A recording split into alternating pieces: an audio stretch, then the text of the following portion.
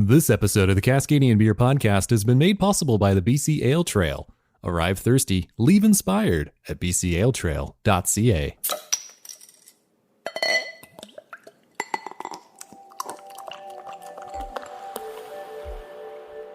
When looking to open a brewery in a small community, you definitely need to take into account its diverse agricultural heritage.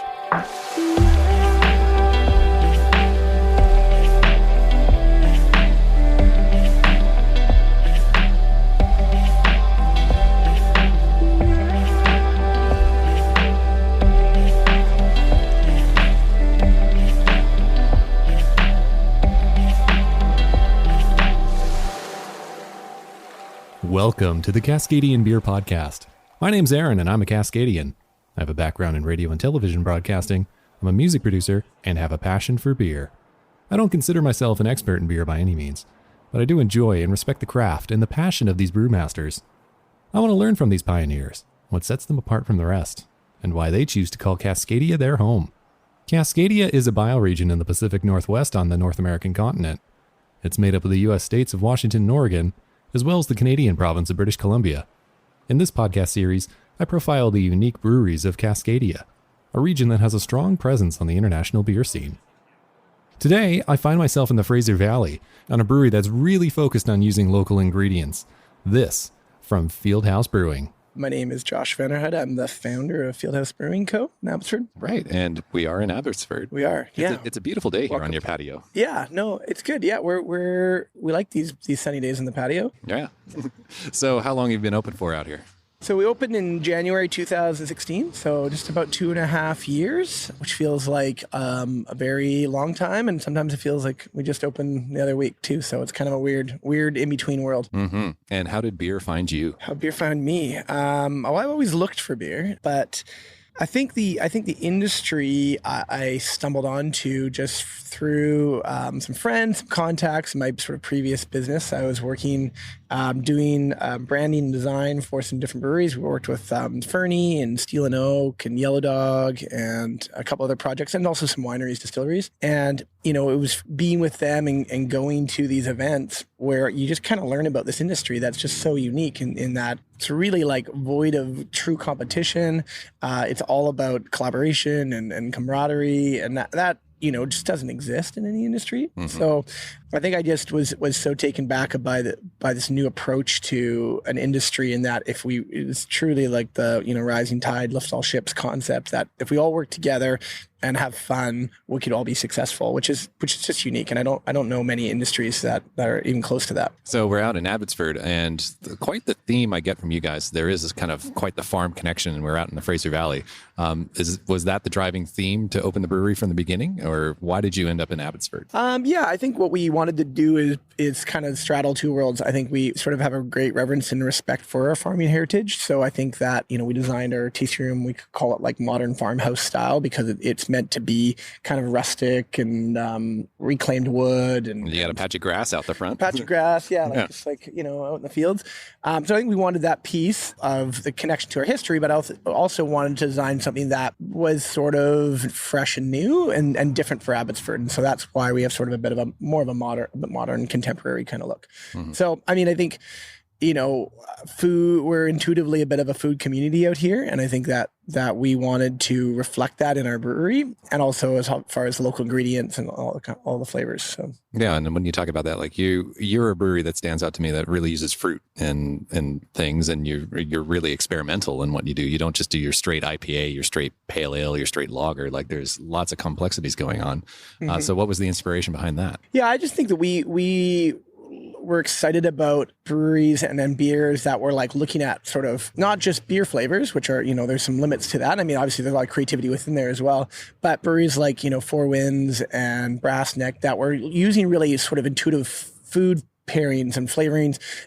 Guys like Brent and Kylo, both sort of with chef backgrounds, and you can tell there's like a real unique sensibility to the way they look at flavor. And mm-hmm. I think we really liked that there was this whole world of flavors to explore, and how much complemented the certain kind of beers that we wanted to do, which were sort of wild ales and sours. Those flavors fit really well within that genre. Yeah, when you say wild ale, you're really capturing the wild essence of the area. What's something special that you guys do here? Yeah, so I mean, we have 3 farm projects through partnerships with local farms, and where we've got a relationship with them where we're actively farming their land. We've got a farm team of about 5 people. And what we do is we try to pull as many local ingredients direct. So it's not sort of farm to table. It's like integrated farm and table kind of concept. Mm-hmm. And so that supports our kitchen program. But we're also pulling all those ingredients from local suppliers and our own farms into our brewing program. So be it blackberries or herbs and spices, we're trying to pull those directly from our farms, and we're the ones growing them, which is kind of unique. And then, we're also experimenting a lot with wild yeast strains. So last year we did a yeast trial, tried, 20 odd different yeasts, looked at which ones performed. We found one that was really great farmhouse style, and we cultivated up, and we did a couple beers with it. We did a collaboration with Daggerad and also Steel and Oak that had that yeast strain, and really cool, performed differently with different styles of beers. So we're really excited. So we just started that project again this year. So we were just out there swabbing on the farm. We caught a bee, and just trying to look at any ways to extract these natural, phenomenons of yeast and then bring them into our brewing program. Right. And with that too, it's also local in the sense that you showed me the brew house back there. That's made locally, right? Oh, yeah. Yeah. So, I mean, Newland Systems, who's, world-renowned producer for equipment, happens to be in Abbotsford. And so for us, it was a no-brainer in who we were going to use. The best equipment, and the fact that it's made here is really, really cool. And that's one of our values, is supporting community wherever possible. So it didn't make sense for us to use someone when we've got the best in town anyways. And yeah, they've been great partnerships to us. We had the opportunity to brew with the head brewers from Dogfish Head last year. They were in town visiting Newlands. They brought them over. We did a collaboration brew, a wild Riesling ale. Really, really fun beer to make. And also working with guys from Dogfish Head are pretty inspiring. Yeah, that's pretty big. Yeah. Yeah, for us, we know we have no business brewing with Dogfish Head, so it was just fun. So you've been open 2.5 years. How was the opening? Were you just swarmed? How did the opening day go for you guys? Yeah, I mean, I think, Abbotsford is a small enough community that there's obviously going to be a bit of a buzz around anything that's new in town. Mm-hmm. But it wasn't like an instant success or anything. I mean, I think craft beer was still pretty new to Abbotsford, and especially the beers we were doing. I mean, you should hear every pronunciation for sour wheat goose, right. We've heard it all. Right. And I think we when we started our brewing program, we didn't want to make beers that were expected. We wanted to really surprise people and to show them the world of craft beer. So I think there was a bit of time and uptake on that. But now you have people that probably weren't sour beer drinkers or wild beer drinkers. I'm really excited about our new sour releases and stuff. So, I mean, it's taken time, but I mean, we've always been really grateful for the support from the community. And then not just to the community, you do have a bit of a reach. So where do you guys distribute your beer to? Right now we're sort of throughout BC, in that we're mostly from Abbotsford to Vancouver, Lower Mainland. We've got a few locations on the island. We're up to Whistler, and then a bit in the interior, but pretty limited on the island interior just because of the size and scale we are right now. But hoping to get more beer up there as soon as we can. Mm-hmm. But we're a brewery too that just pumps out a lot of new different beers. So, we're having to spread those new releases around, kind of ration them a little bit. Right. And there's some expansion plans in the works here, isn't there? Yeah, I mean, we've always had an idea of how we would expand. We're on a half-acre property here, so we have the building, but we have some plans on how we're going to add some tank space. So we're working through that right now. I'm not sure exactly the timeline, but we actually kind of grew and expanded our brew house. We added some tanks, we added our fooders and some barrels, and now we feel it's kind of the right time to take the next step, just because we feel like we've got, there's a market there that, wants kegs and some different products that we have. So with that brew house, the size of the system, is that going to expand at all? And what's the current capacity of it? Yeah, no, we sized the brew house, for the future. So we're a 15 barrel system, 17 hec. And so we're going to, hopefully add some 60 hectoliter tanks. So those are big tanks for us, obviously. And we'll just figure out the right amount and when to add them, kind of thing. But that'll just give us a bit more tank space for some of our core products, which we just, we're limited on how much we can produce of them. We like to be able to consistently offer those to the kind of BC market as throughout the year. I'm in conversation with Fieldhouse Brewing, and I just want to take a moment that the reason why I'm out at Fieldhouse is because of the BC Ale Trail, which recently launched the new Fraser Valley Ale Trail. On the website at bcaletrail.ca, you'll find each ale trail's recommended itineraries, a comprehensive list of every craft brewery in BC, a calendar of beer events, and a blog with lots of great stories. The regional ale trails include local breweries, pubs, and restaurants, along with other activities the area has to offer. So whether you're planning a weekend trip or being a tourist in your own backyard, why not let the BC Ale Trail guide you to your next beer adventure? Arrive thirsty, leave inspired at bcaletrail.ca. All right, let's jump back into conversation with Fieldhouse Brewing. So you mentioned collaborations is kind of a big deal. I mean, like Dogfish Head, that's a pretty big collaboration to do. What were some of the other collaboration projects you've done so far? Yeah, so it's something we always found were our favorite projects, and just getting to work with somebody and bring them to our space and have a day. And I think why we love collaborations is it's a chance for us to stop and kind of celebrate the brew day. Like, you got to do so many brews and back to back, and it's sort of it's a bit of Groundhog Day in some ways. But that idea of stopping, bringing some people in that love beer, want to talk about beer and want to brew great beer, and then spending a day with them and drinking some good beers and having some food and that sense of community. So we love doing those. So we've invited lots of people here. We've had the local guys. I mean, we did a great collaboration, a cool ship collaboration with Four Winds and Brass Neck and Steamworks and Steel and Oak. That was early last year. We had Modern Times come up and do a collaboration when they were at Farmhouse Fest last year. So that was really fun. We did a completely wild foraged ale. We had no idea what was in it. There was flowers and berries, and we took them on this big hike and we got lost, and we just collect things. And then we added some local wild blackberries to it. So it was a really cool beer, but we have no idea how we would ever make that beer again. And then recently we had Wander Brewing come up from the States. Really great guys. They actually packed up their cool ship that they have, put it on a trailer, drove it across the border. Wow. Brought it here overnight. We brewed in it, put it outside. And I've seen that cool ship. That's no small cool ship that they have. Yeah. Yeah. So it was it was their idea. We were super excited, but, we didn't have to talk them into it because it was their idea. So, who else? We've got a few other ones planned, but we've worked with a lot of great people locally, and we've got some other ones coming down the pipe. But we've been really lucky in it, and we've learned so much in that process too. So we've just been really, really grateful for the opportunity. And then what about your history? Have you been in Abbotsford your whole life, or was this a new move? And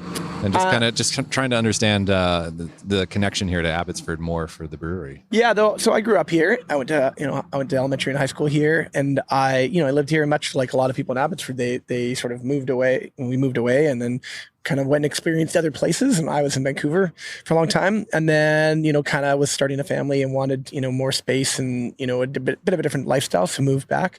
But I think what we hope is we're trying to create a community where people don't have to leave. And I think that was sort of the old Abbotsford was, you can't wait to get out of there. And I think Abbotsford's changing with the breweries and some of the wineries and the food culture that's emerging. And we want people to be able to stay and say, well, you can just stay and have great craft beer here and have local music and have all those experiences here. So, so I'm born and raised, but I think I got, my fresh perspective from moving and coming back and really seeing the potential of Abbotsford. Right. So if somebody was to visit Abbotsford for the first time, what would be some kind of tips to check out when you're out here? Oh yeah, for sure. I mean, downtown's really emerging, so we're kind of a stone's throw from that. We've got Old Hand Coffee, probably the best local coffee. We've got great bakeries down there. We've got a great cold pressed juice company called Habit Project. We've got the Polyfox, a great local bakery. And then we've got new eateries kind of popping up. So that's kind of like downtown. And then, there's some other great wineries around. Whispering Horse, not too far into Yarrow there. Just won a couple great awards. Mount Lehman Wines, Backyard Vineyards. I mean, some of them are just in and around Abbotsford in the Fraser Valley. But I mean, really, I think if you come out here, I would look for those really small, authentic, food and beverage offerings. They're all run by local passionate entrepreneurs, and those are I think the heart and soul of sort of the movement of Abbotsford right now. So if you're in town and pop by Fieldhouse, we can give you a list of places you need to go visit, as well as go visit our friends over at Ravens in town. They'd make some great beer too. Right. And you have your own little food stand here too. What do you guys serve? Yeah. So we added our food program in January last year. And so we brought on an amazing chef, Bonnie Friesen. She's, one of the sort of pioneers of farm to table movement out here. She's worked at Restaurant 62, another great local restaurant. So she came on board and developed a great food program. And now we've got a team of really great chefs. So over half our menus all sourced locally. Everything we can possibly get, we get coming from local suppliers. And then the rest, we figure out in between. And then, so we've got kind of familiar comfort foods like mac and cheese, grilled cheese, pizzas, salads, but it's all infused with sort of local ingredients and everything has kind of its own unique twist on it. And then we have a little, what we call the C-Can, which is like our little pop-up taco kitchen. So we do 4 different types of tacos, all made fresh. Every day. So everything's made in-house, pizza dough, fermented overnight. So we've worked really hard to develop, a program that was like, simple, familiar food, but like with a hugely local focus and really, really high quality. So that kind of idea that it's familiar, but also is, really, really, really good at the end of the day. So I'd assume if somebody was to visit for the first time, that'd be an experience that you'd really want them to take away with is it's local as it can be for everything on the menu here. Yeah. Like beer and food. Yeah. And I think that's, being that we're a tasting room, I think some people sort of underestimate our food program just in that, they're just like, oh, they've got food because some breweries just have it as like a snack option. We've put as much love and care into our food program as we have our beer program and really worked hard at it. And we're super proud of what the team's done. And I definitely feel like if you come to Fieldhouse and you have beer, but you miss the food, you've missed, half the equation. Right. Yeah. So we've talked a lot about collaboration and, rising tide raises many boats.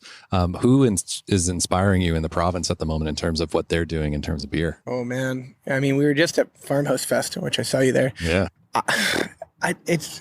It's hard because I feel like this is a lame answer, but it's sort of everybody. And I think that festival really does show you that BC is making really amazing beers right now, and so many breweries are doing it. And then even the BC Beer Awards, it wasn't like one brewery was dominating everybody last year. Like it's like quite a spread. So. Yeah, and everybody's putting out different good beers for different reasons. So I know that's not a great answer, but our showing at the Canadian Brewing Awards was amazing to see as well. So I think we're all doing a great job, and I think we're inspired by a lot of different beers, but I think those are coming from different breweries for different reasons, kind of thing. So there's always the usual suspects that we look to, the Steel and Oaks and the Four Winds and the Brass Necks, and there really is so many. What's a great go-to beer for you that you serve here?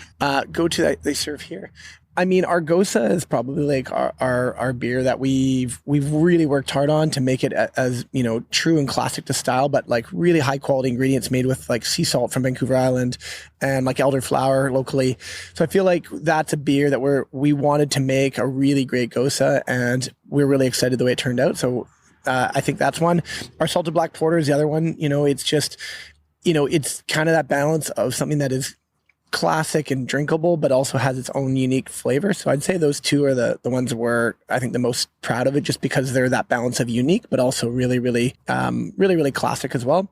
But because we released, 1 or 2 beers a week these days, I feel like I'm always drinking what's new, because the batches are so small that we're like, hey, if you don't drink that beer, like you're just going to miss out. So I feel like I'm always drinking what's new, because Parker, our head brewer, is and the team is putting out such great beer, so you're just excited about what's next. All right, well, thank you so much for your time. Yeah, thanks for having me. Appreciate it.